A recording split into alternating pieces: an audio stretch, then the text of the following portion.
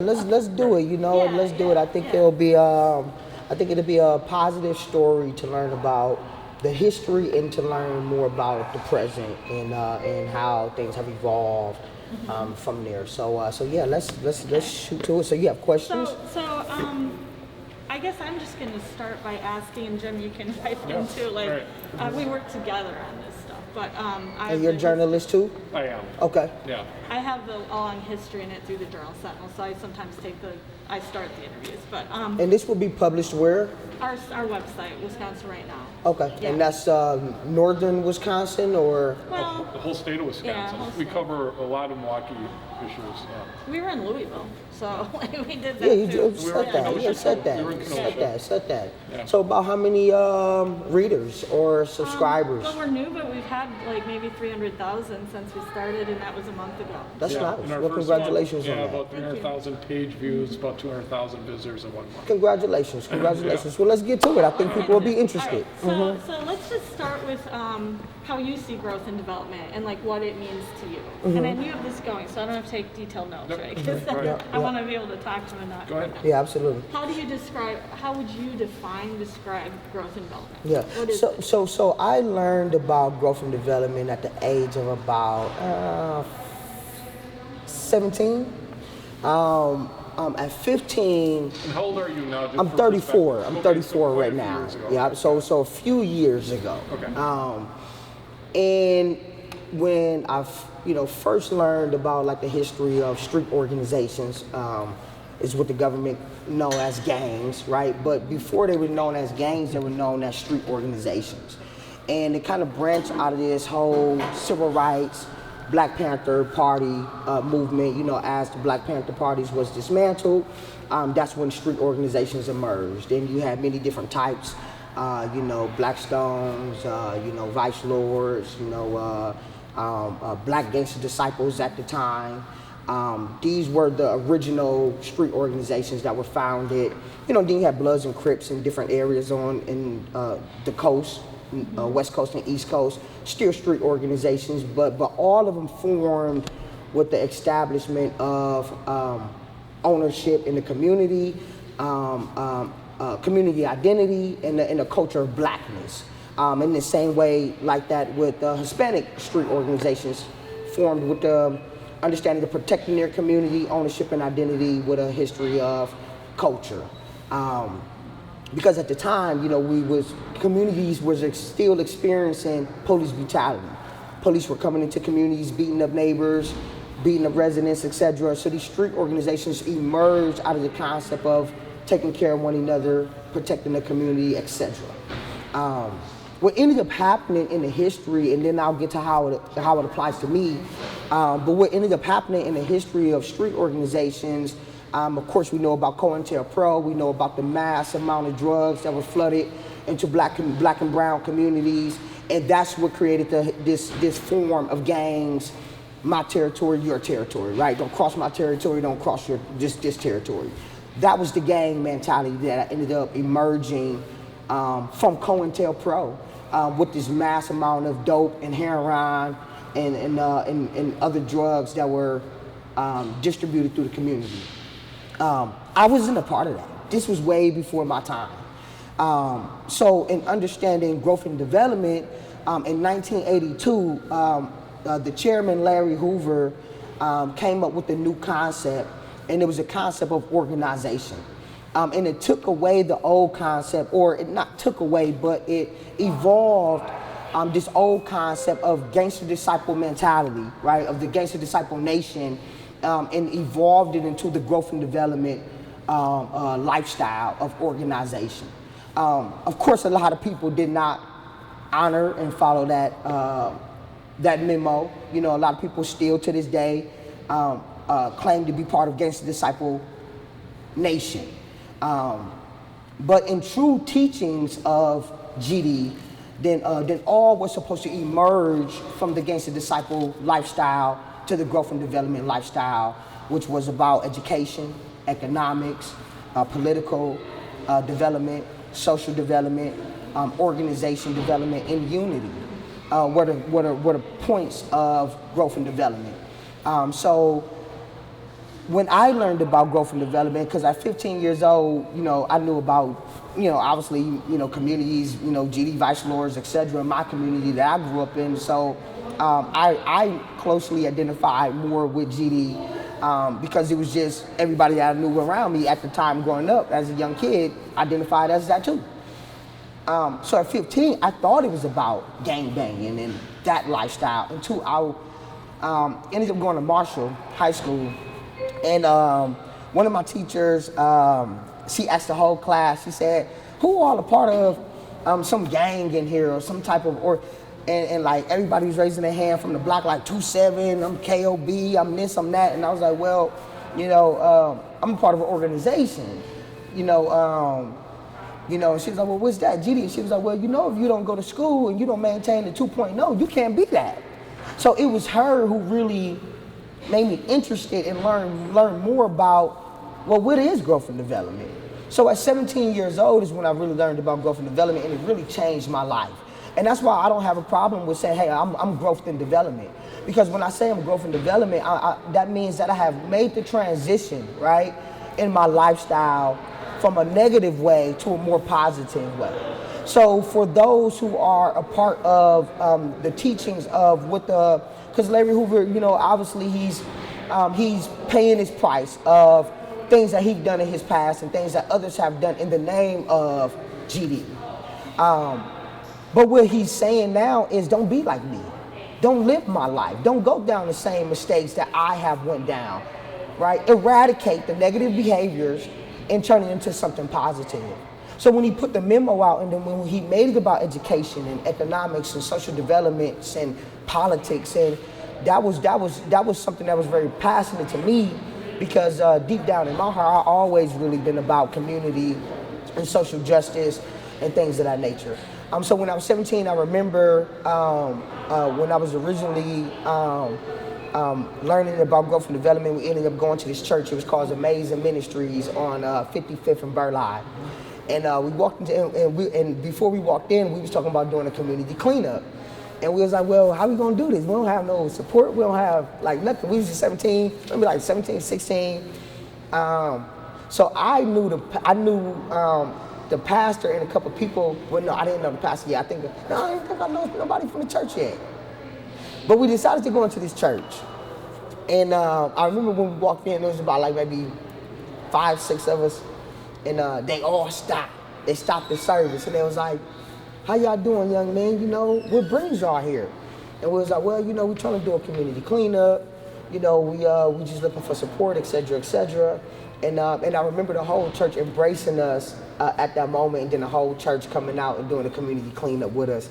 And like that was my start of growth and development. And that's how I really begin to identify with the teachings of growth and development. So that's really interesting. Do you believe that the gangster disciples exist today, or are they growth and development? It's the same thing. No, it's not. It's a difference. Gangster disciple is a mentality. It's an old way of thinking. Growth and development is a lifestyle. It's a transition from the old to the new. But it's the same organization. Well, it's the same. It's founded on the same principles, right? Of GD. And of course, everything has a history, but the present has changed from the past. So now when individuals talk about your gangster disciple, those who are in the true teachings understand that that's not the way of GD anymore. So those who still continue the old process of gangster disciple are those who continue in that lifestyle of selling dope, et cetera, et cetera. So you would call them gangster disciples if they're doing crime and dope and all that. I mean, that's definitely the identity that gangster disciples had, right? But growth and development is a completely different lifestyle. It's a completely different thing. It's a completely different practice, but founded on the same principles of organization that it originated when back then in the beginning, before they were known as gangs, before the dope, the drugs, and everything came about. I think the idea of growth and development is to take things back to the basics of community, of involvement, of ownership, protecting your community, right? Being an example in your community, holding yourself accountable in your community. I think that's what growth and development is to me and to many people who practice underneath the teachings of growth and development. So, do you reject and condemn then gangster disciples? Oh, absolutely we do. You do? You know, we let everyone know. So like right now, I was born in 1986. The new teachings of growth and development came in 1982. Just like I say, hey, I wasn't around when Gangster Disciple was in existence. I came when growth and development was in existence. The problem is a lot of people aren't familiar with the full teachings of growth and development. So when they hear GD, they automatically associate GD with Gangster Disciple and the lifestyle that Gangster Disciple had at that time. But even at that time, it was still positive things going on, but it didn't overshadow the negative things that was going on inside of the organization. But growth and development is a whole new identity. It's a whole new practice that takes on the identity of GD. So we talked to Larry Safer. He was the lead prosecutor who put Hoover in federal prison back in the 90s. And we also asked him kind of the same questions. And so I just want to tell you what he said and then tell me your take on that. His opinion is massive, cumbersome. His opinion is that growth and development was a front, and that Larry Hoover wanted to get parole at that time, and it was created as part of an effort by him to get parole, and that it was that he created these community organizations as an effort to get parole, and it's sort of a community PR rebranding approach. He believes it was a fraud, a cover, a front, because he said they have weeks of tapes of Larry Hoover in state prison talking about drug deals and homicides and things like that. And that a federal jury rejected the idea that growth and development had sort of shed the old way, that they were still doing drug dealing and homicide, even as he was talking about growth and development and creating that concept. And so Larry Safer's opinion is that, the way Larry Hoover ran it was a front and a fraud. What's your reaction to that? Well, like I said, I think growth and development is a completely different practice. Like growth and development saved my life. When I think about growth and development and the environment that I came from, I could have been doing the same thing, but I'm not. Right, and I'm not because of the teachings that I learned about growth and development. So can I say that it apply to all people? I can't speak for everybody, right? But because everybody is their own individual, right, inside of the organization too, right? So just like everybody say, okay, well, all cops ain't bad. Okay, all people who's a part of the GD organization isn't bad too, right? So I think there must be a clear distinction in terms of practices and in terms of the history of those who have been involved in criminal activity and those who are not. And I think that's the difference that growth and development is trying to make. And even in regards to Larry Hoover, I truly believe that when he developed the understanding and the concept of growth and development, that he wanted those younger people who was coming up the pipeline to not follow, right, the path of before. Right, I think a lot of people understood the bloodshed and the things that came with that way of life, and I think they truly did want to eradicate that type of behavior. And I think it's people like me, right, who is an example of taking on that concept, and people like and other people who practice the concept of growth and development, who has taken on that concept, who is that example of what Larry Hoover did want to birth when he came up with the understanding of growth and development, because it did make a difference in my life compared to Gangster Disciple and growth and development. I think to me there's a completely big difference in terms of the two and in terms of who decides to practice what. So you believe what he wrote is the point. Like he has this blueprint in the manifesto, the vision. Oh yeah. Can you talk about what the vision means when people say like on the vision or the vision? Yeah, I mean, the vision is for one, he talks about taking on the role of professional jobs, right? So going to be a doctor, going to be a lawyer, going to be a school teacher, going to be something of importance in your community, right? That's the vision. Another part of the vision is he talks about sustainable community economics, positive community economics, becoming a business owner, becoming an entrepreneur. That's part of the vision. The other thing he talks about, and he talks real heavy of it, is recidivism and not going to prison, not ending up like me, right? That's part of the vision, to change the young people's lives who are in the streets right now, who are taking on that identity of gangster disciple or whatever other street organization who's practicing the negative ways, right? That society, right? Because, I mean, truth be told, they didn't bring the boatloads of dope to America, right? We know that the government, it's proof that the government has did this and have dropped it in black and brown communities, right? So for struggling people at this time in the 60s, 70s, that was an identity for a lot of black Americans, to make it out of the struggle, to make it out of that barrier.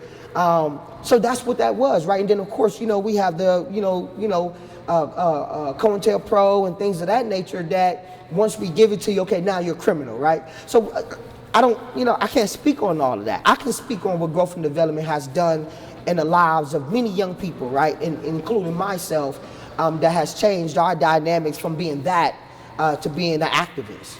So it sounds great, right? Like literacy, jobs. Like Absolutely. What Hoover wrote sounds great. Absolutely. The issue, I guess, going back to is that people think he wasn't living it out as he was creating. Like he was still running a drug operation.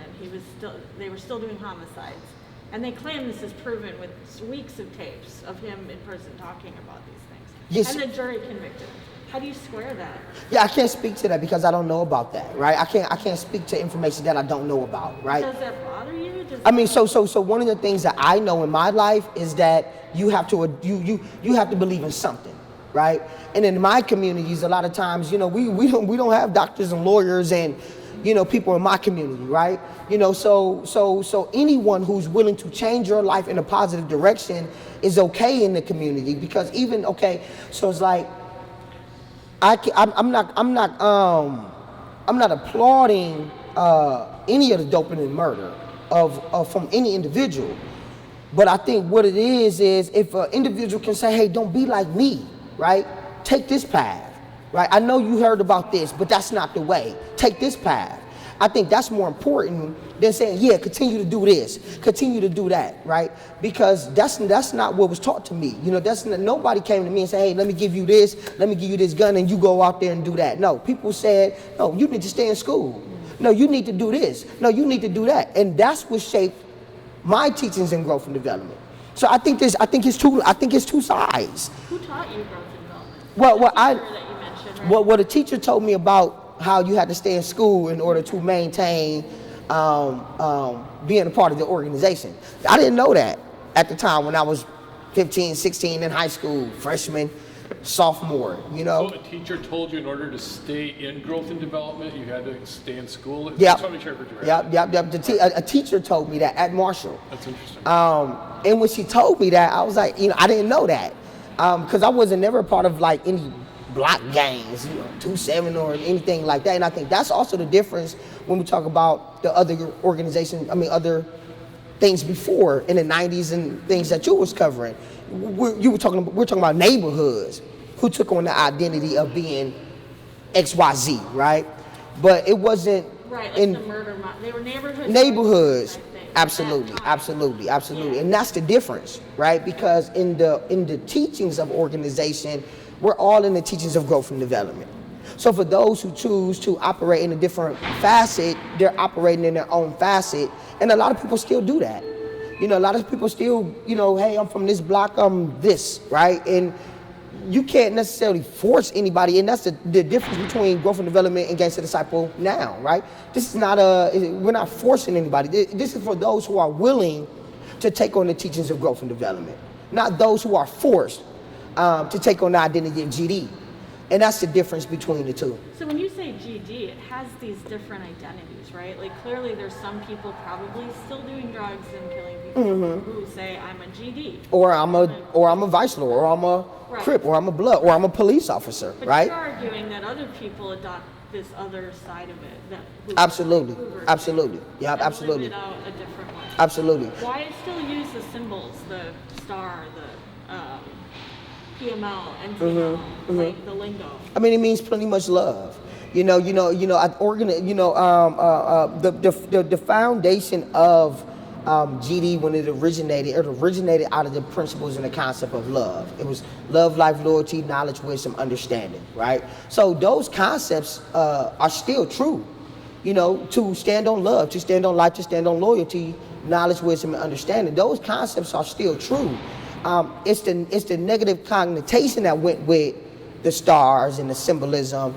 Even when you look at the pitchfork, it means mind, body, soul, right? It's not a devil symbolism. But for those that don't know, because it's a negative identity that's been associated with it. I'm gonna throw this star, I'm gonna throw this pitchfork, and I'm gonna go kill somebody. I'm gonna go sell this dope in the concept while I do this. But for those who are in true teachings with it, it's a whole different lifestyle for those who really practice growth and development. Why do you need growth and development still? If you want to be a community activist, preaching literacy, doing cleanups, and like you do a lot of good things in the community, that's obvious, right? From news stories about you. Why do you need growth and development? Why do you need the symbols, the lingo, the identity of what was a gang? It's the street. And I think, and if we're following the vision, then the vision is to go get them, right? And to bring them back, and to bring them into the teachings of growth and development, right? That's the vision. Don't fall down the path of indictment. Don't fall down the path of criminality.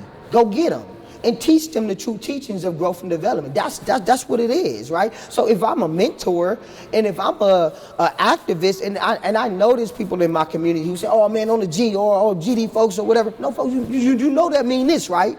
You know that mean you're supposed to be taking care of your business, right? You know that mean that you're not supposed to be XYZ, right? That's it gives accountability to those who still practice the old way. So it needs to be there because people who are on the street need to transition from that lifestyle. They need to transition from the old way to the new way. And I think that's what the purpose of Larry Hoover's vision was to say, yeah, I don't know if he's still in it or not, but I might still be in it. But don't follow me, right? Don't go down my path, right? Here's a whole new lane, a whole new blueprint for you to follow. So if you want to take on the identity, take on this identity and not that one. Do you think he should be freed? I do. Why? I do. I mean, he's been locked up for over 40-something years. When we look at a lot of political prisoners, they all have faced the same judgment at that time. And this was an era of COINTELPRO when masses of drugs were dropped into black and brown communities. We know this to be true, right? This was a time of black activism when it was at an all-time high and when black activism needed to be dismantled, right? We know this to be true.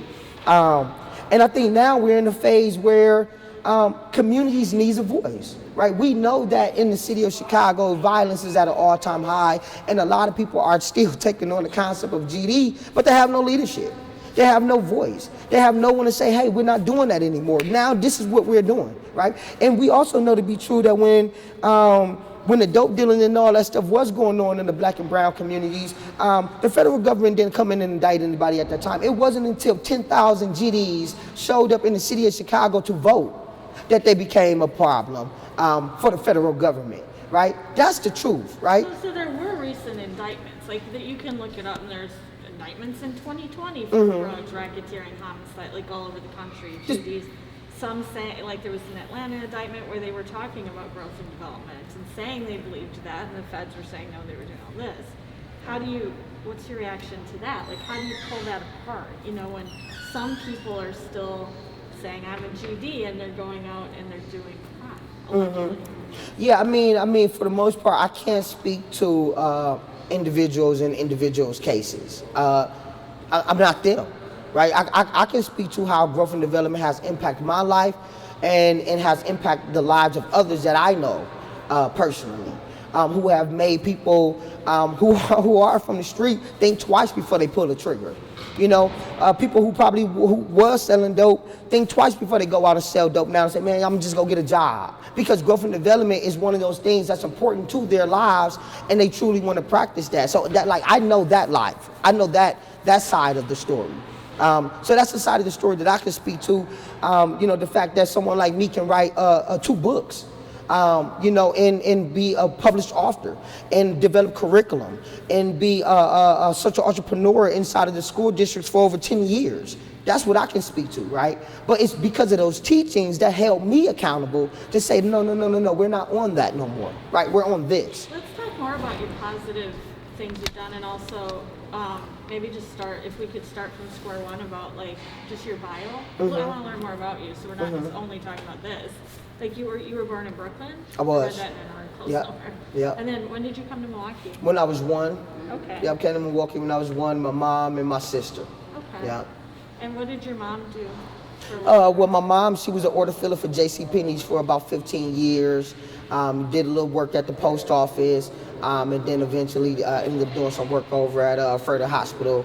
So she's always been a working woman all my life. We started off when we first moved here. We was on 27th and Clybourne.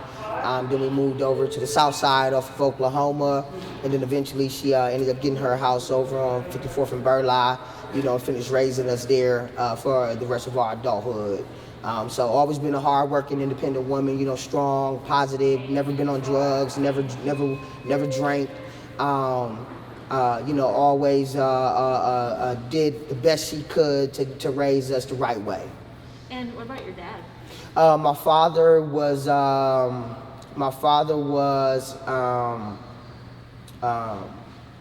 facing a life sentence. When I came to Milwaukee, he was extradited to Wisconsin, and that's how we ended up getting to Wisconsin. So What was his name? Carl Estrada. How do you spell that? CarlEstrada.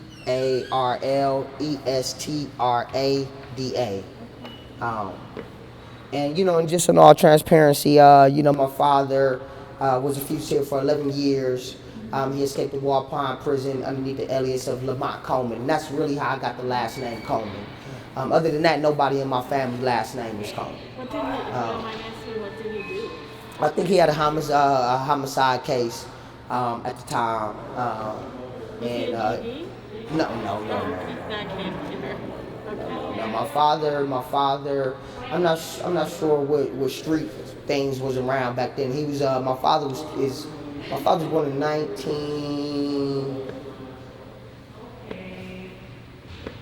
My mom was born in like 61. My father was born. He's 20 years older than my mom, so he was born way before that. 41 roughly. Damn near like Yeah. 30 something. Okay. Yeah. So he's gotta be. Is he still around? He passed in 2015. Okay. Yeah. That must have been hard on you as a kid. So I didn't know much about my father's side growing up. My mom originally she used to take us to visit my father in Racine. When he was extradited, they ended up taking him back to Racine, and then she ended up stopped. I remember being a kid. She used to say he's in school. She's always been like a very low key type of person. But then she stopped taking us to prison. She didn't want us. I remember her telling us she didn't want us going up there anymore. So my father ended up getting out on parole in 2010. So it was the first time that I met my father outside of the prison walls. And at this time, he took on the identity of Islam. After learning about my father, he in prison he started.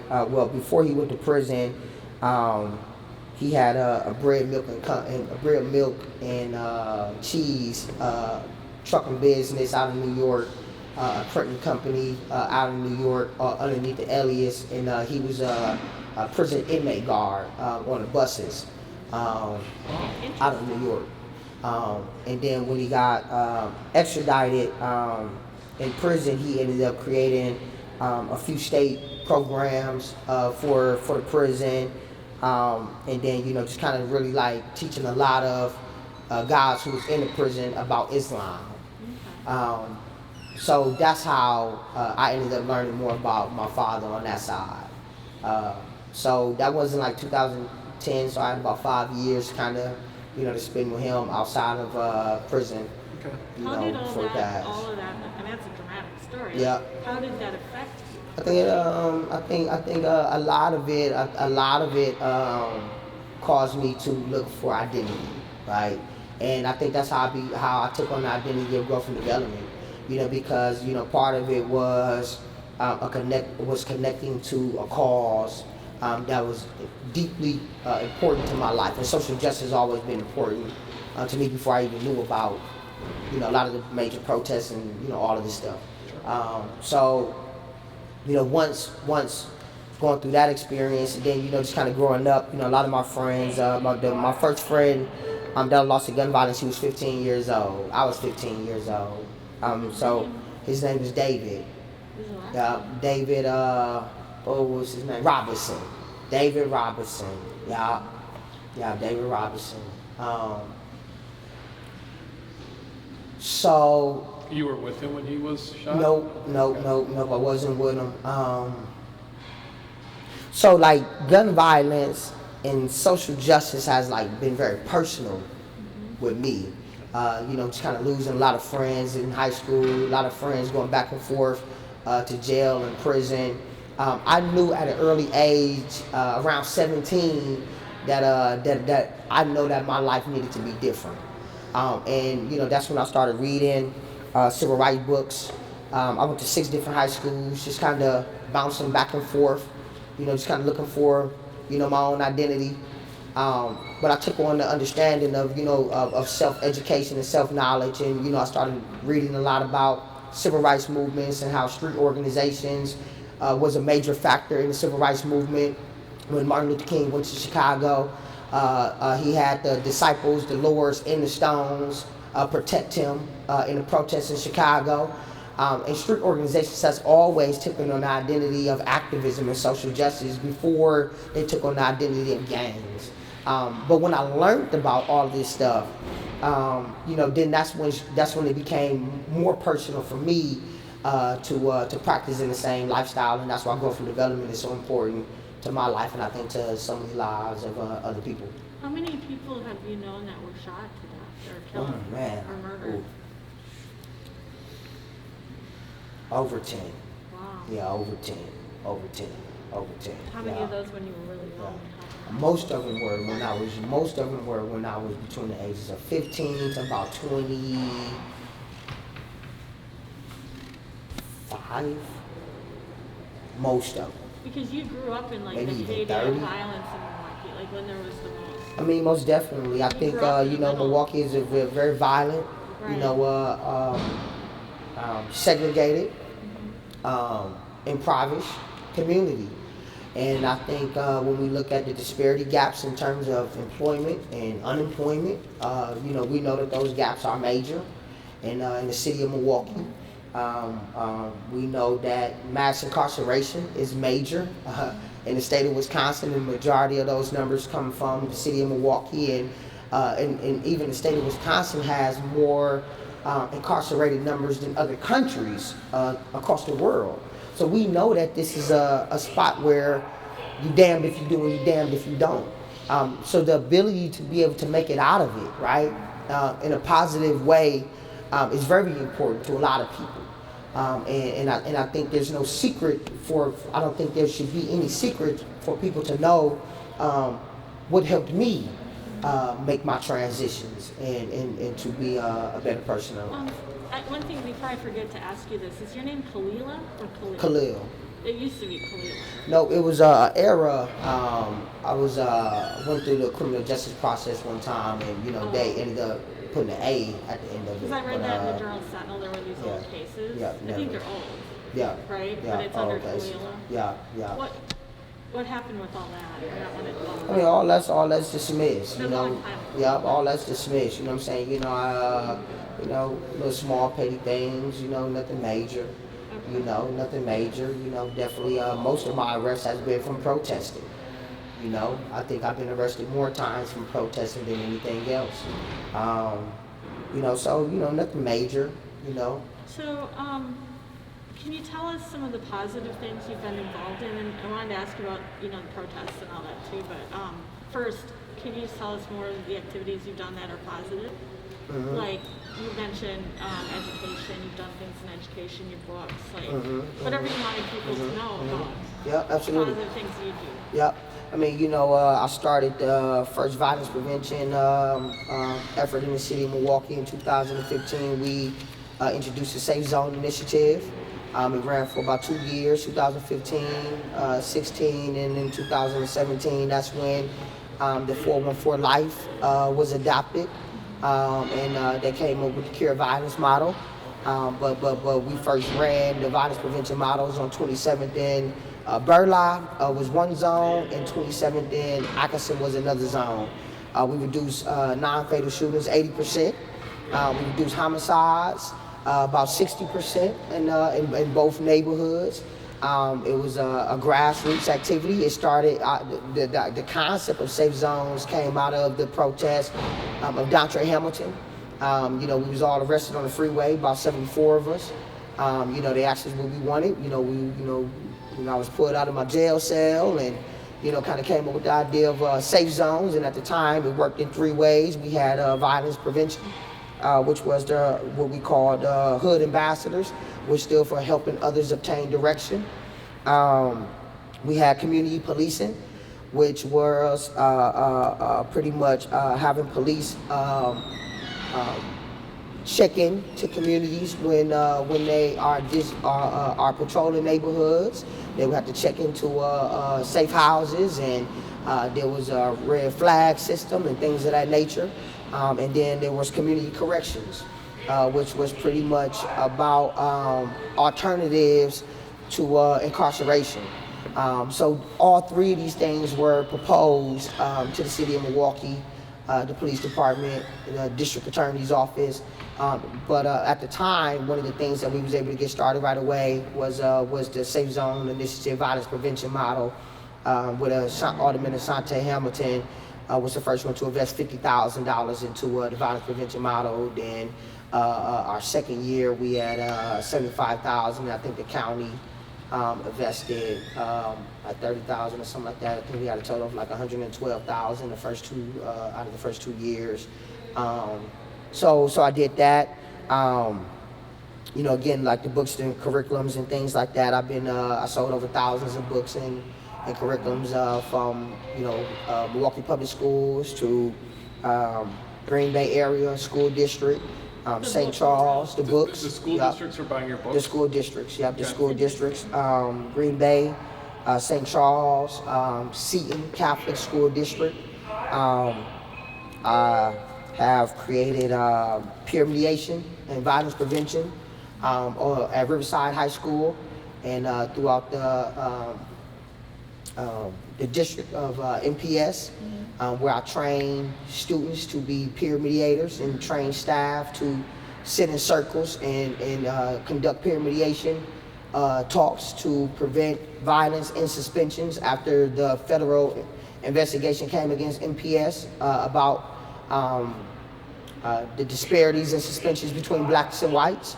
So that was one of the models that was also implemented. We was able to reduce fights. I think those that went through peer mediation, it resulted in no fights, about 90% of them. So those been things, models and programs that I created. Do you talk about growth and development to the students? Not necessarily. I don't. I think I don't speak on really growth and development. I apply to all aspects of my life. But I don't really speak on it really unless I'm speaking to those who say that they identify with the concept of GD. Because to me, it's more of my way of saying, okay, well, if this is what you identify with, then these are the practice and the principles that you should align with. So today, like, I don't mix that with the students. What would you say is your job? Like, how are you making a living? You know what I mean? I'm a social entrepreneur. So I'm contracted. All of my work for the past 10 years, I've been self-sustained as an entrepreneur by my work inside of the school districts. So I still work doing that work. So the only thing that's preventing me now is the COVID stuff. With the schools and everything being closed, I'm not able to go inside of the classrooms. Just over the summer, I was doing virtual reality classes with Green Bay school district, 2 schools out in Green Bay. So, right now with the schools just kind of opening up, just kind of giving them some time to, get through the first 1 or 2, then normally that's when my contracts start, for the remaining of the year. What would you call, what's the program called that you're teaching? Changing lives through literature. Changing lives through Yep, literature. yep. It's a sole proprietorship that I established in 2010, and that's what I use to help publish my books, Time and Place in the Life So of you Being made King. that concept? Yep, I made that. Before I forget, tell me about Ike Taylor and his meeting in Milwaukee, which we mentioned. Yep. So we had the opportunity to officially meet Ike Taylor. He was one of the original founders of BGD at the time. And one of the things that he shared with us was how proud he was of the concept of growth and development, how he too is a believer in the concept of growth and development, and pretty much giving us an understanding of the old way versus the new way. And that's in a lot of these older guys, Duffy Clark, you guys mentioned, rest in peace to Duffy Clark. He passed, I believe last year. Have become mentors to a lot of the younger guys who teach the younger guys the positive ways of growth and development. A lot of these guys have did their time in state, federal penitentiary, and they're out now, and a lot of guys are coming home now. And I can't speak for everybody. I can really only speak for myself. But for the most part, a lot of the older guys are coming home and want to be mentors to the younger guys to show them another way other than the ways that they went. A lot of these guys lost their whole lives. Lost families, lost friends for 19, 20 years, and I think a lot of what growth and development is about is not making those same mistakes. Did I talk about the protest movement? Or No. He don't. No. He don't get involved in that type of stuff. No. And like even Black Lives Matter, like I'm not in a group of Black Lives Matter, right? Like I proclaim Black Lives Matter because I know that to be true. Right, I know my life always mattered. Like there was never a time in my life where I ever felt like my life didn't matter. Right. So when I say Black Lives Matter, I'm not representing a group or an affiliate to a group. And I think that's one of the misconceptions as well. Is a lot of times when people hear Black Lives Matter, they tie it to Black Lives Matter group. Why don't you want to be part of the group? Well, I mean, it's politics. I'm not really into too much. Red tape politics. I'm a grassroots activist. A lot of my work is just very organic. Just working with people from the community. Working with people from the street. Same thing that I do in the classrooms. A lot of my, mostly all of my classes around, literacy, reading the book, and after reading the book, developing social programs or some type of community service program for the school and for the students to participate in. So it's around civic engagement.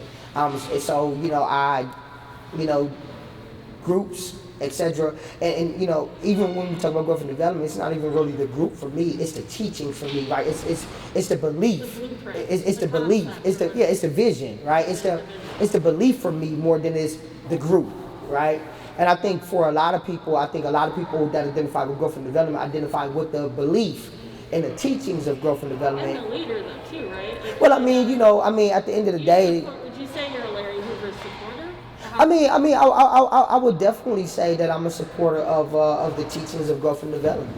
And that came from Larry Hoover. I don't want to get into the politics of if you're a supporter, then you must support X, Y, Z. No, right? I support growth and development, right? And I support the concept of growth and development, and that's what I support. The Black Lives Matter organization, not the concept, because I think we can agree there's 2 separate concepts. Yep, there it is. I think we can all agree on Black Lives Matter as a concept. Okay? Everyone should agree Black Lives Matter. Right. Black Lives Matter. Thank you. Right. It's sort of a simple thing to say. Everyone Right, should be able but to say. sometimes there's a clash between the idea of Black Lives Matter and the organization. Yeah, itself. it is. It's a misunderstanding. Can you comment on that, on what your thoughts are on the actual organization itself and what they're doing? I can't because I don't know. Like I never met anyone from a Black Lives Matter organization. I know that there's a real organization out there. I hear that it's established around, of course, Black Lives Matter rights, a lot of LGBTQ rights. But I can't speak to that because I don't know anything about it. I only know of the concept of Black Lives Matter, and that's pretty much saying that yes, all lives matter, but all lives can't matter until Black lives is included in that all lives. And that's what we mean when we say Black Lives Matter. So I can't really, say that. And I would assume that's what the organization believes too, but that would just be an assumption. What about Antifa? Antifa? Never heard. Yeah. The only my first. It's sort of a white socialist group that. Anti-fascist. Yeah, never met any. Yeah, never met any. Antifa? Yeah, no. Good for you. No. Yeah, no. So. How about the People's Revolution? Yeah, You yeah. part of them? Yeah. Oh, I mean, that again. That's a grassroots effort. It started off as the peaceful protest. The New Milwaukee. Kind of emerged to the People's Movement, and then kind of emerged some more to the People's Revolution. And I think out of the concept was, we want to see change in laws, right? We want to see, it's bigger than the protest, right? We want to see real, substantial change in government, and that would include laws being changed, being introduced, and even some being removed that protects police officers when they violate breaking policies and breaking procedures, and it results in situations of death or homicide. Right, so that's what the People Revolution is. It's a group of individuals who come together to protest and march every day. A lot of us don't know each other. We just met each other over the past 100 days, and it has emerged into pretty much like this organic wave of activism. Where people are taking on roles of PR. People are taking on roles of demands and listening to residents as we go through Wauwatosa, or as we go through Milwaukee, or as we go through Shorewood, Whitefish Bay, and listen to the concerns of what people want to see in terms of police accountability, and taking those concerns and creating demands around that. So we have committees around that where we're talking about ideas of art galleries and being able to showcase pictures and footage of the movement from day one, and all of the beautifulness that went into the protest, and the beautiful individuals who's a part of the protest. Because a lot of times you see the protest and you just see a group of individuals who's labeled as XYZ, but you don't know the individuals who's out there, right? A lot of teachers, a lot of professionals, a lot of social workers, a lot of people who work in some type of wellness capacity are protesters. But a lot of those stories aren't told in the larger media. And I think that's what kind of puts the stigma on the protest, is the fact that we're not highlighting individuals who are participating in these protests. Would you say you're a leader of the People's Revolution, a founder, or just? I'm just an individual, who has a voice just like many other people in the movement. Found it? I'm an activist. I've been an activist. I've been an activist. It's not new for me. So when the movement started, it started on activism, and those who are a part of it just took on the same identities that I have, in terms of the protest. So I think we're all a voice, right? My voice alone doesn't make up the group of hundreds of individuals, thousands of individuals. So we all have a voice inside of the movement, inside of the revolution, inside of the activism community, and making sure that that's being put out there. So one thing Larry Hoover talked a lot about was, I think, incarceration and prison reform. I think he was in the vision, right? He was Yeah, a that's right. proponent of like prison reform. Yeah.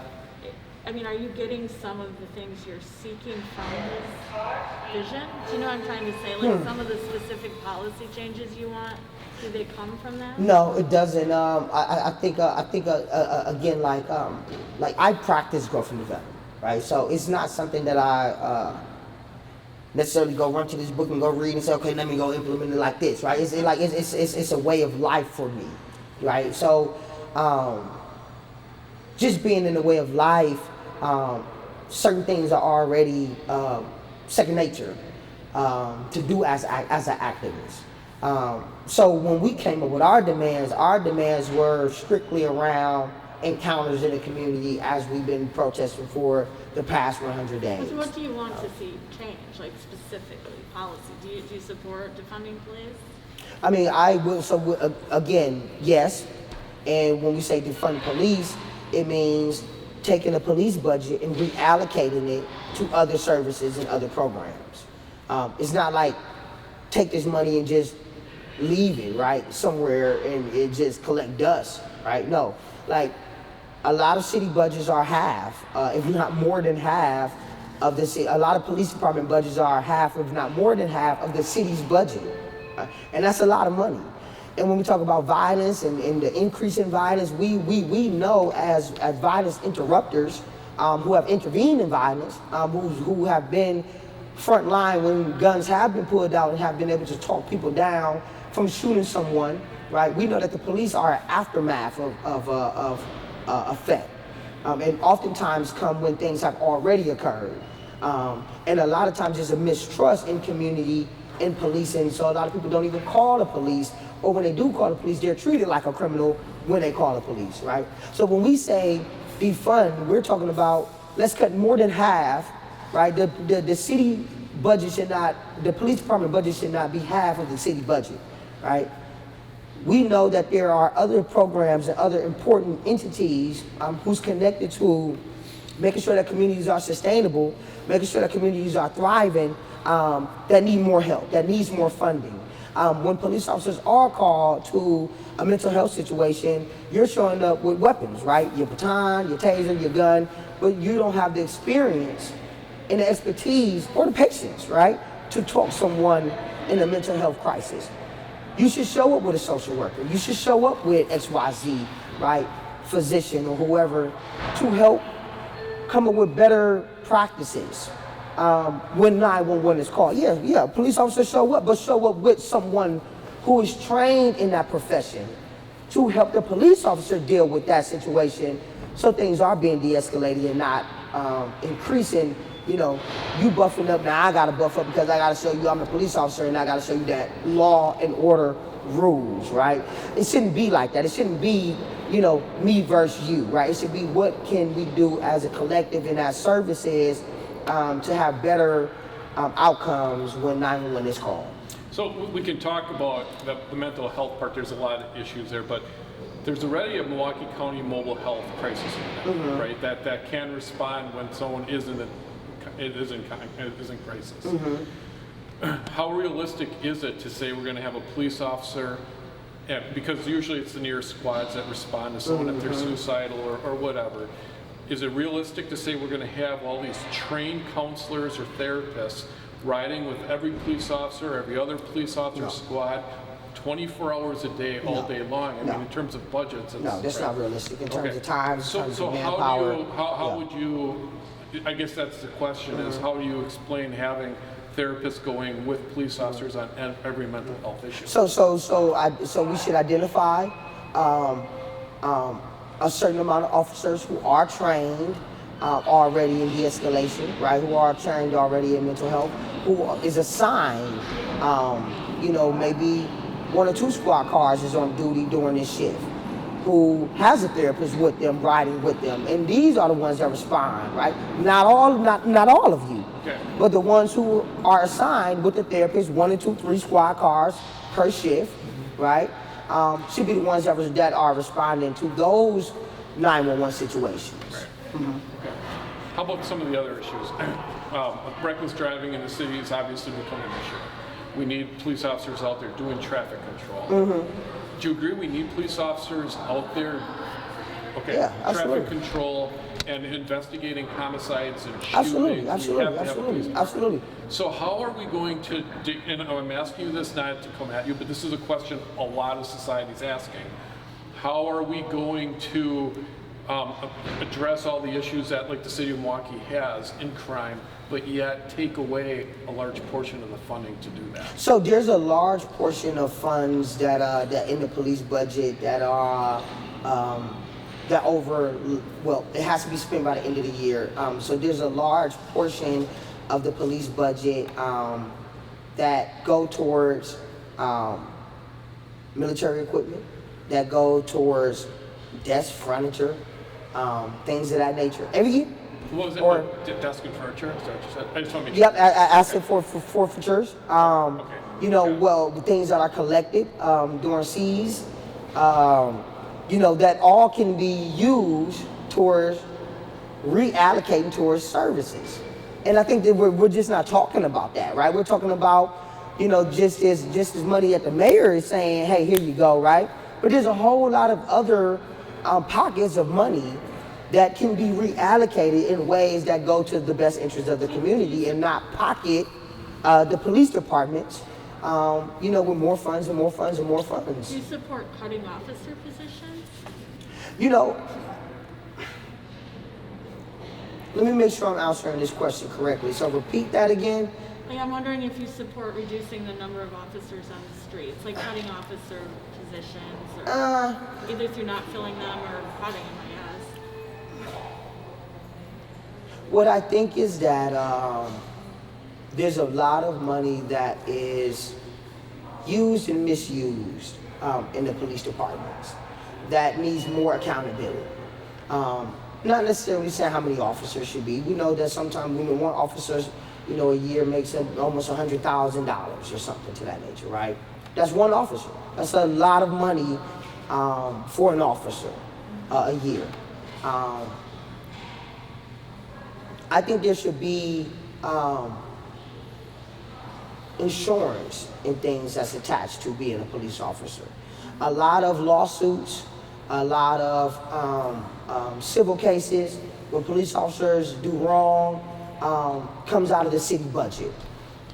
It should come out of the police department budget. It should come out of the police officer's pension. It should come, as a police officer, you should have insurance. So I'm a vendor. I'm a professional vendor. I have to have general liability before I walk into a school. $100,000 worth on the low end. As a police officer, why don't you have to have some type of general liability for if things go wrong, right?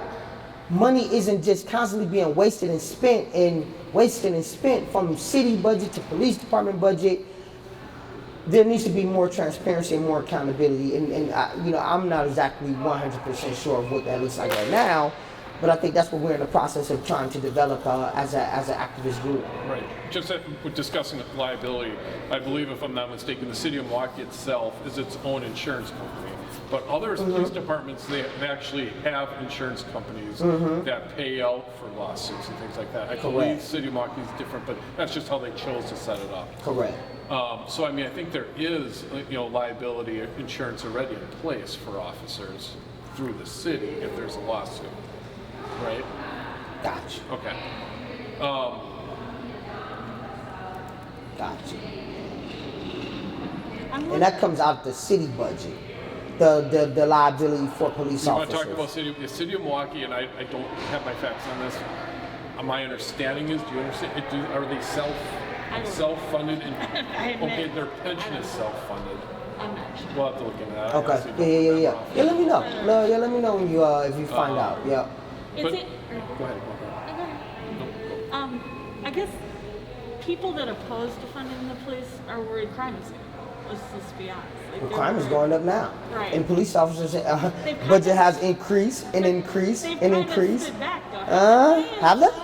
But why would the police stand back? Right? It makes no sense, They're right? worried about being the next person. For the on past street. 5 years? I mean, come on.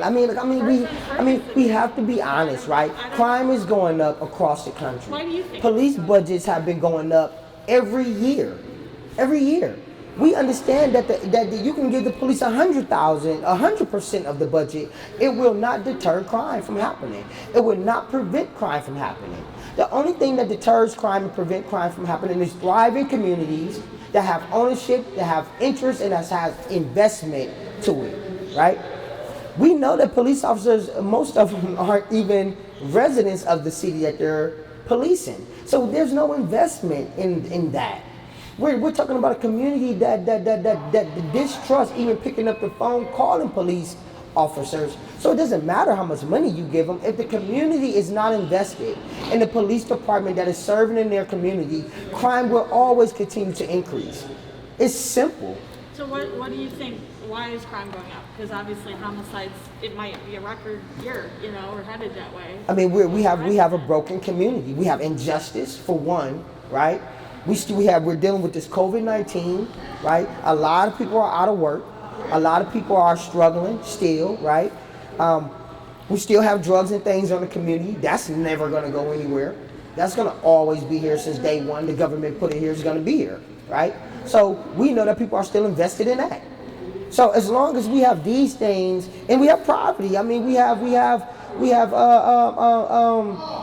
oppression. We have, as long as we still have that, where people feel like somebody's foot is on their neck, right? And even if it's like physically not, right? It's this notion that there is. People will always continue to feel like their back is against the wall, and when you have people who live right next door to each other, normally it doesn't matter if it's black on black or white on white. Normally people take violence out on the closest people who they live around, and that's what's happening. I think some people feel the focus on police, like there's so much focus on police right now by the protest movement in society, that it's obscuring some of the real issues. But even what else is causing the disparities? As you pointed out, police come in at the tail end. If they're getting the lion's share of the blame for all this. So, like what? Do you see what I'm? Yeah. I see exactly what you're saying. You feel like that the protest is stopping, or preventing. Some people feel like that the protest is deterring police officers from being able to do their job in a more effective way. Or just also that it's just scapegoating them for problems they didn't cause. I mean, it's twofold, right? Because a lot of people are saying the reason why they're out protesting is because they have a distrust from the police already, right? So this is way before the protest, when someone did call 911 and they was treated like a criminal for calling 911, or when they called 911 and the police showed up 45 minutes later, right? Or they called 911 and the police didn't show up at all. The response times are terrible. So it's like, we're not talking about, like, this is not no scapegoat. This is not a scapegoat moment. This is an accountability moment. This is a moment where people will say, hey, there's a real distrust with police, right? Or with the system, not individual officers, right? Let's be clear about that. People aren't mad at individual officers. People are upset with the system. And individual officers just got to take the blame because they're working for that system. So it's messed up on both sides of the spectrum, because we have officers who have done nothing wrong, right? But take on the ownership of a job, right? And they're taking the blame for this system that's always been in existence way before they took on this ownership of job. But what about homelessness and poverty? Yeah, talk to the mayor. Literacy, right? Yeah, talk to the mayor. Who's to blame? Right. The leadership. It's a terrible city leadership. disparity. I mean, Yeah. it's outrageous that. But you don't see that in Shorewood. Right. You don't see it in Whitefish Bay. But these are blocks away from each other. We're not talking about across the river. I'm not talking about across the ocean. I'm talking about blocks away from each other. What makes my community different than theirs, right? What do you think? Well, we know. Well, I know that there's structural racism, right? Every black community that I go to across the state, I've been in New York, I've been in Baltimore, I've been in St. Louis, I've been a little bit of everywhere. I've been in Chicago. Every black city across America looks identical. They look exactly the same. Why is that? But then when you go to the suburbs, why is that? Why is that? Well, we know that racism is a factor with But that. we've got a black city attorney, right? It doesn't matter. We've got black police chief. We've got black alderman. Yeah. We've got. That doesn't matter. You think? It doesn't necessarily, because we're talking about the system, right? Again, those are individuals. We're talking about a system, right? That starts at the state, that trickles down to local, trickle over to county, right? And these are just individuals who are taking on the profession to work for this system. What about Tom Barrett? What's your reaction or opinion? Well, I think, our mayor has been in position for 20 years. And when you look at the disparities and when you look at the poverty and when you look at the issues that black people have been dealing with in Milwaukee, it hasn't changed. This is 20 years of leadership, and nothing has changed. Violence hasn't changed. Potholes hasn't changed. Right? So it's not. I'm not. I think the mayor's a bad person. Or I think the mayor's a good person. It's not about personality. It's about leadership. It's about effectiveness. It's about moving us forward, right? So we can have better relations in our communities. I mean, I think everyone should agree the disparities are wrong and terrible. Mm-hmm. The question is how you solve it and who's to blame for it, I think. One of my concerns is because Barrett has been in office for almost 20 years and things have not improved in the black community. That's right. Why aren't you holding his feet to the fire? Why aren't you organizing, and why aren't you getting him kicked out of office and get some true leadership in there? I think that's a question a lot of the rest of the state of Wisconsin would like to know, is why do you continue to bring these people in that aren't helping you? I mean, you know, I would say for the past 20 years, people have tried to run for office. Black people, brown people. There is a system of power that exists.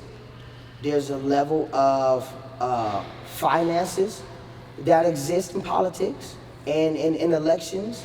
And a lot of times our communities is left out. And a lot of times our community gets the short end of the stick when it comes to the finances, when it comes to voting suppression, when it comes to things of that nature. I think people try. I think there's and this is why people are, you know, want to see so much change happen, is because people are tired of the same old thing. But if you keep on electing the same people, but a lot of people aren't. But a lot of people aren't, right? A lot of people aren't, and I think even just this last election that just happened, when Senator Lena Taylor ran, you know, and how they did the voting polls in the inner city, you know, to close how many of them and left 3, 4.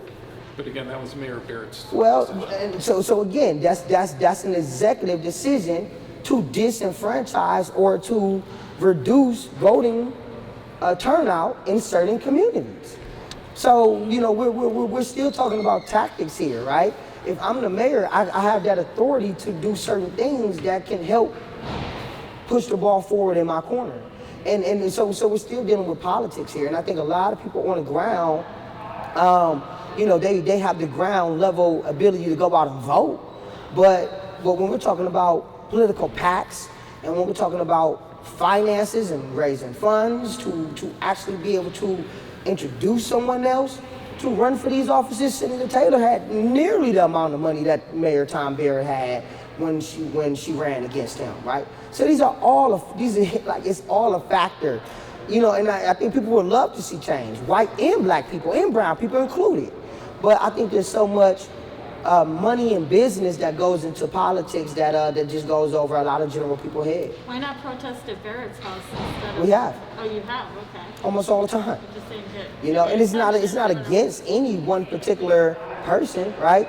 It's about how do we bring awareness to these individuals who are in leadership position.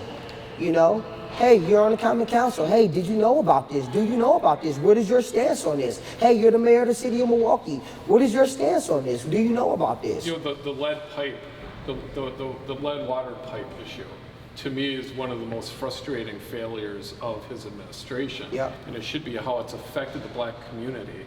And lead-based paint and water is a huge problem. And yet, there's been nothing. There's been nothing.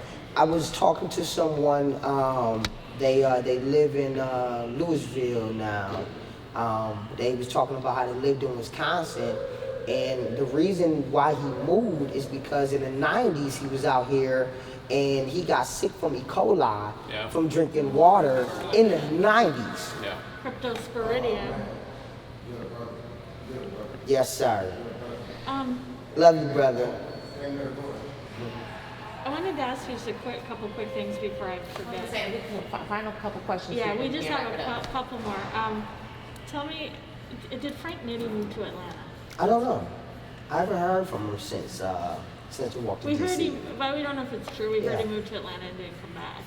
I don't know. I think that's a I question don't that you know. should ask. You know, you should after. Yeah. Yeah, I don't know. What, tell me about Ronald Bell, Ronald Bell. the guy accused of shooting at Mensa. Oh, I don't know. He's a protester. I met him during protests. And I think, it was a mistake. I think he made a mistake. So. What's your reaction to that whole thing that happened? I think it's I wish that things could have went a different way. I really do. It's unfortunate. I really do feel bad about the situation. Like you never want to see people get hurt. Or you definitely don't want to see people, lose their freedom in the nature of a protest. And I think there's a lot of tension. I think that Joseph Mensa could have done things differently instead of coming out the house as well and running in the alley. And I think we all could have done things differently that day. Were you there? I was present that day. Things happened so fast. A lot of stuff I didn't see. A lot of stuff you just heard. You heard like in third person. So. Was Bowen there? Bowen was present. Was Vaughn Mays? I was fine. I'm not sure. I'm not sure if Vaughn was there. Just because we don't have too much more time, do you want to bring up Morales in press conference? Oh yeah, sure. So you were at the press conference with Steve DeVugas, right? A couple hours before Morales. Can you tell us what you want to say? Just you spoke at the press at the end of it. You actually said thank you for questions or we're finishing up or something like that. How did you get involved in being part of that press conference? So I was called by the chair at the time to stand with him as he make an announcement in regards to the chief. Again, I have a long history with the Fire and Police Commission. With Derek Williams' case. In 2011, we marched a whole year in that case and was able to get a special inquest done in regards to that case. A lot of Fire and Police Commission meetings then. And during the Dontre Hamilton case, a lot of Fire and Police Commissions then. But it was always an accountability, and I think once we got to this moment, a lot of people were on the side of, policing needs to have more accountability, right? And that's how it was brought to our attention. The fact that the Fire and Police Commission was being spoken down upon by the mayor at this particular time. I think the mayor wrote a statement or something to the nature about the Fire and Police Commission, and I think the Fire and Police Commission, was furious about that, and I think they held a lot of things in. Just trying to respectfully weigh out the process. And I think after the mayor's statement, the Fire and Police Commission was ready for a decision. And that decision was unanimous to remove former Chief Morales for the failure and lack of accountability of the Joel Acevedo case. And body cam footage that's been requested, public records that's been requested. And just, violence that's been happening, in the community, and just this lack of accountability. And I think that's what all went into determination of the chief. So I just two more questions. I know I'll make them really fast. Was Ronald Bell? Is he a GD? Is he growth No. Because he had he's a not. Hoover thing on his Facebook. Not that I know of. But No. you didn't No. So he's not there's a lot of people who claim. Right. To be, and I don't have anything to do with, I can't go around policing the world, you know what I'm saying? You can't speak for others. Yeah, I can't police, But to my knowledge, I don't recognize or know him to be growth and development. Were you ever in the gang, Gangster Disciples? I was never in the gang, so the gang was like the whole Gangster Disciple, Right. and that was established before the 80s. Okay. So growth and development came in 82. I was born in 86. So So got there was into no it way. once it was growth. Do you think Yes, there was no yeah, gang yeah. after 82? Right, it took on the concept of organization at that So you time. believe Right. Gangster Disciples in 1982 became growth and development and ceased to exist as Gangster Disciples? That's with the memo of how growth and development established. That's how it was established, right? Anything after after growth and development, the new concept, was introduced in '82. Everything after, after '82 was growth. Right, absolutely, right, And right, then right. Elvin Cole, so I just want to ask you this tough question. So what loses a lot of people is when the protest movement criticizes cops or cases in which at least law enforcement are saying that the person fired a gun at a police officer first. So like in the Elvin Cole case, people are saying, why are you protesting Manson when Elvin Cole is accused of shooting at him first? See, and I think people have been asking for public records. They've been asking for the video. Like nobody has seen this. The family is saying that's not true, right? And there's only one way for transparency: release the video. Release the public records. Is there video? There was no body cam. Right? Well, Is it your word versus Squad car video. your word versus his, right? And if you're a police officer, who do they normally go with? They found a gun in his hand. I mean, I can't speak to that. I didn't. That said a person matching his description had it in the mall. I can't speak to that, right? Because I don't know that factual that fact. And if so, arrest him. Yeah, I mean, it matters, but arrest him, right? If he had a gun, then he should be under arrest, But right? if he shot at the cop first, But that's how can you not argue? proof. That's not proof. Like we can't prove. You can't prove that. I can't prove So you're that. not sure that. I'm not sure that that's happened. I'm not sure if that happened or not, right? If it And this was did. one of the issues of body cams, and this is why we are in Tulsa, right? Because there should be, all officers should wear body cams. If you're in the field, it shouldn't be my word versus you, right? Because and especially, I remember being young, and we're gonna wrap this up. I had got arrested one time. I was walking down the street, like I promised a guy. I was walking down the street, and the police officers had stopped me for walking down the street. I had a hoodie on, and it was like, oh, we got a call that people was walking in the alley looking through cars. I said, well, I ain't even in the alley. I said, read me the description. They said, oh, well, this person had on, they said something about a blue shirt. I said, I got on a gray hoodie. Oh, well, close enough. This is what they tell me, close enough. Ended up arresting me, taking me down to the district. And, me, I'm furious. I'm talking all type of, what am I here for? You know what I'm saying? That happens, but if. But hear me. And I'm going to get back to that point. Okay. One of the officers said, we should get bigger calibers. And I'm like, what's that supposed to mean? He was like, because dead men can't talk. This is what an officer said to another officer in regards to me saying, y'all got me down here for the wrong reasons. In the Alvin Cole case, Alvin Cole dead. He don't have a chance to tell his story. It's the dead man versus the cop. That's the problem. That's why body cameras need to be worn. That's why we're in Tulsa, and that's why we implemented. That's why we wanted the Common Council to implement body cams, to implement no chokeholds, no knock warrants, because it would prevent things from happening. We're in the business of prevention, not let it happen and then we figure it out. No. What can we do to prevent things from happening before it becomes a problem? And if the police officers would have had body cam, then it wouldn't have been a dead man word versus the police But officer's he was word. a 17-year-old with a gun at a mall. But arrest him. Your job as a police officer is not to be the judge, the jury, and the executioner. They tried to arrest him. He ran away. Dude, chase him. They did. Then- And then he shot at him, allegedly. There you go. Allegedly. You can hear the gunshots on the video. But how you know it ain't the police officer gun? You don't. But how do you know? But we haven't seen ballistics, right? I haven't seen ballistics. You haven't seen ballistics. If it comes out that he shot at the cop, did the cop? I can't speak on that because I can't speak on assumption, right? You haven't seen the facts to the gunshots. I haven't seen the facts of Alvin Cole shooting. That's an allegation. That's a dead man versus a cop. So respectfully, can we not get into any more of this because this is still an ongoing investigation? Brad, I was going to ask, D.A. Chisholm is about to announce his decision shortly. I hope he makes the right decision. Okay, do you expect, if there is a decision that goes in favor of the officer, do you expect there to be protesting over that decision? Absolutely.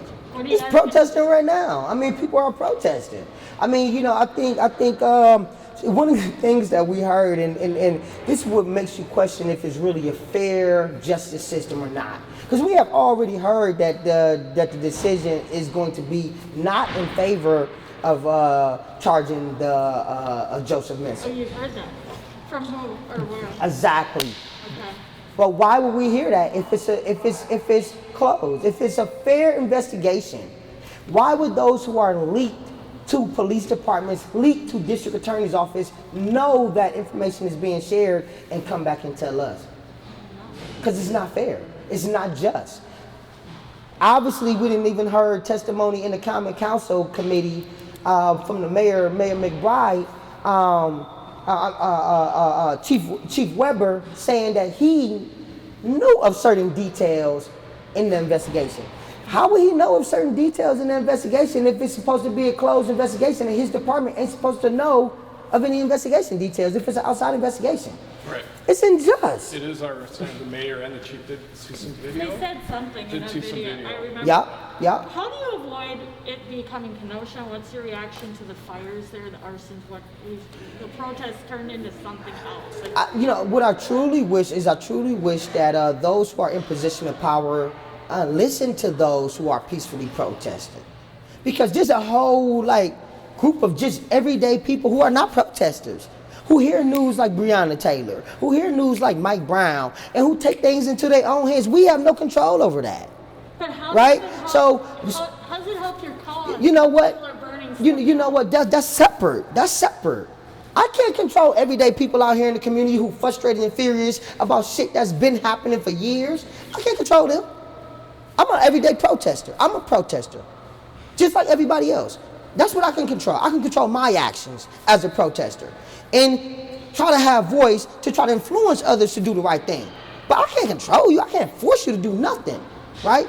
And I wish that more people just paid attention to those who are trying to do things the right way before people who ain't a protester.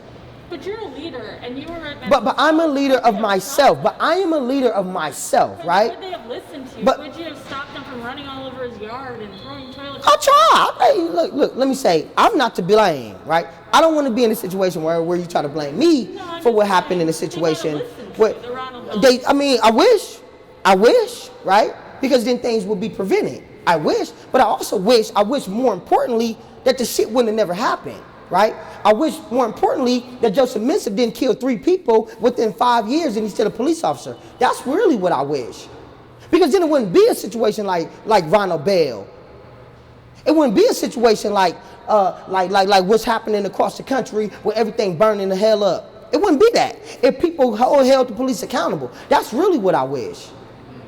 I just am wondering if the fires, the arsons, the stuff people seeing on TV, if that's helping your cause, though. It doesn't help, but it doesn't. But either way, they not listening anyways. The people been protesting since when? Since forever. Small changes gradually, but still big racism, still big discrimination, still big I'm gonna murder you because I'm a police officer and I got the right to be the judge, the jury, and the executioner, and I feel like your black life don't matter, so I'm gonna make a decision whether if you live or die. That shit ain't right. I don't want to live in a world like that where a police officer can determine whether if I live or die. If I break the law, arrest me, take me to jail, let me go face my jury. That's what I want to see. Same thing if a police officer killed. Arrest him, take him to jail, let him go face his jury. And let the jury decide if he violated his policy. Let the jury decide if he violated his procedure. Let the jury decide if he took the matters into his own hands to be the judge, the jury, and the executioner and took someone's life and he didn't have to. Let the jury decide that. Not the same police officers who you work for. That's not fair. That's the type of justice system that I want. The looting, the arson? Yeah, we sure do. We sure do. Absolutely. Absolutely. That's not what we about. Keep that over there. If you're going to do that, don't do that with us. Because I'm wondering how that's affecting the business community. Are people going to bring businesses to the black community when they see that on TV? I mean, Helping. it's so messed up. It's so messed up, right? Because these The businesses are suffering. They're being... communities are suffering. Yeah. Neighborhood, lives are suffering. That's Right? Bigger than buildings and finances, right? People are hurting. People are actually hurting. A lot of these families been begging for public records for years. And these are things that we pay as taxpayers for it to be public. What gives the police department the right to withhold public information and then cover it up and then tamper with evidence and then make allegations with my word versus a dead man's? Like, it's unacceptable.